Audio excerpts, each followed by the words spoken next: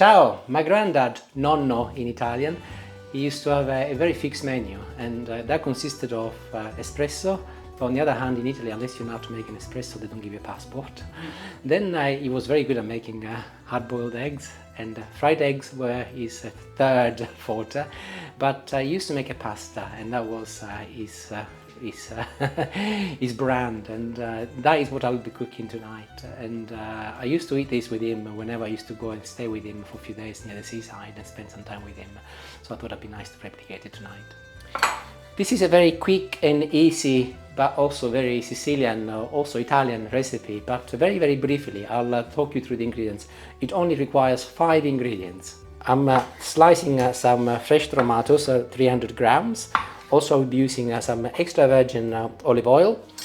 These ones here, they are gigantoni. This is pasta we brought back from Sicily. If I did not have gigantoni, I would have used rigatoni or pennetta, but you can use any type of pasta. That's the beauty about this dish. You can use spaghetti or linguine, whatever you like. Ingredient number 4 is cheese. This is cheese that we brought back from Sicily, and this is actually goat cheese. It's called Primosale, and it's got some chili in the middle.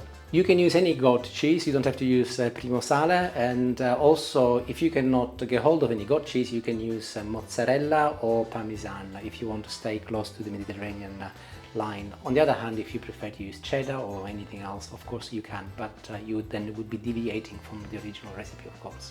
And ingredient number 5 is garlic. I will be using 1 large clove of garlic for everything. And ingredient number 6, so 6 ingredients. You said 5. 6. A typical accountant, he can't count. I did warn you, I cannot count. What do you expect from an accountant? Never trust an accountant. Anyway, ingredient number 6 is 6 ingredients is parsley. So I just finished halving my tomatoes, and here is my large clove of garlic. And I'm going to be using 2/3 for the tomatoes, and I'm going to be reserving 1/3 for later. If you really like garlic, you can use more, but bearing in mind this is an evening meal, we will be using just the 1 clove, because otherwise it'd be difficult to digest, but obviously your choice. And with this one, I'm going to be slicing in tiny, tiny, tiny little slices, just like this, so that I can find them once I eat my pasta as well. Olive oil.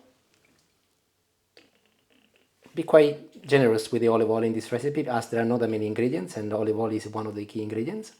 And I'll pick up my garlic and tomatoes, and I add them to the oil. And while I'm at it, I will also add a little salt. This is the equivalent of half a teaspoon. Is this ingredient number 7? No, spices don't count. They are standard. So I've put my tomatoes on the hob, and I turn the temperature down as soon as they start sizzling, and also to show you how quick this recipe is, I've got some water here which is boiling. This is actually water that we used to blanch some vegetable earlier, and Julie kept it for me, and it's ideal for me to do this, but you can use just straight water. And I'll add a little salt, and I'll add my pasta immediately. A very quick shimmy, and I'll move back to get the other ingredients ready. So that's my third of my clove of garlic, goes into a bowl. Without breaking it, hopefully. Very generous handful of parsley, which I will be chopping finely with a knife. A variant of this recipe, of course, is also basil. You can choose to use basil if you like. Parsley or basil, they're both delicious.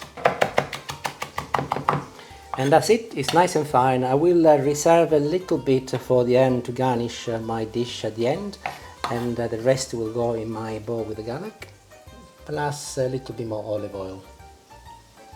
I will not be adding any more salt, as I already put salt in the tomatoes, of course. And the pasta. Eh? And the pasta. And the pasta.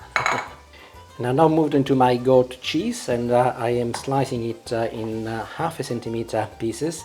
And this is gonna be really delicious, because I'm going to be doing little cubes, and the little cubes of cheese will go inside my gigantoni, or rigatoni if you were to use rigatoni, and they'll be lovely. This is really quite spicy, this cheese. I had a little piece earlier because I haven't actually had any of this one. I think Gabriella started on at the weekend, didn't she? And she munched away on it. She anyway, did. We've not got much left. That's the end, but that's the it pasta. was hot. And as I mentioned, I'll be chopping it into little half a centimeter cubes.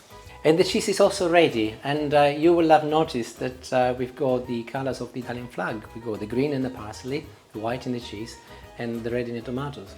And Julie, what do you think about calling this dish the Italian job? The Italian job, wow.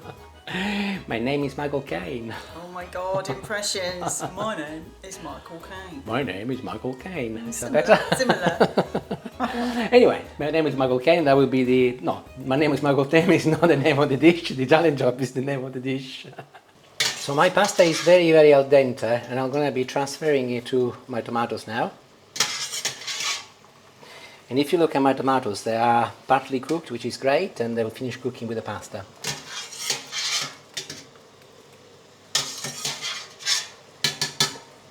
I'm going to pinch a tiny little amount of cooking water and add it to my pasta next.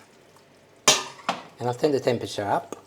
And I'll mix it for a good minute before I do anything else, so that the pasta finishes cooking and it absorbs all of the flavor from the tomatoes. Oops, where are you going? Perfect, minute is passed, and I'm going to be adding now my parsley and my garlic and olive oil together. This is when you need one of my many spatulas. And I'll Don't mix worry it, everybody, I shall get a spatula out and scoop the rest of that out. and I'll mix it for another 30 seconds.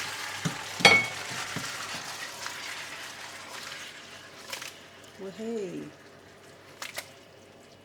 He's been watching too much Gordon Ramsay, I suspect. And once the pasta is off the heat, I will add my cheese. Oh, he's off again.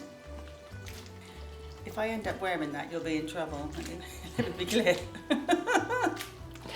I have been practicing for this. I think you have. And I'm now ready to serve it.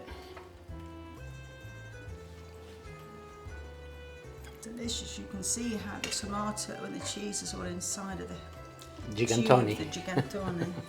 Big giant, that is. And there it is. The whole thing goes in. You will remember that I reserved a little parsley just to garnish at the very top, because when it's raw it releases a different type of flavor. And it goes without saying, I cannot help it, I've got to have a little tree at the top. There you go. Delicious, look at that. And to complete the Italian job, of course, I have to match the colours myself. So here's my Wow, hand. look at it. Just wow, as you Just say. wow. Let's try some, and I'll go for a piece of tomato, and here there is a nice big gigantoni with some cheese as well. Ooh, look at that. That is a meal on its own right. Yeah.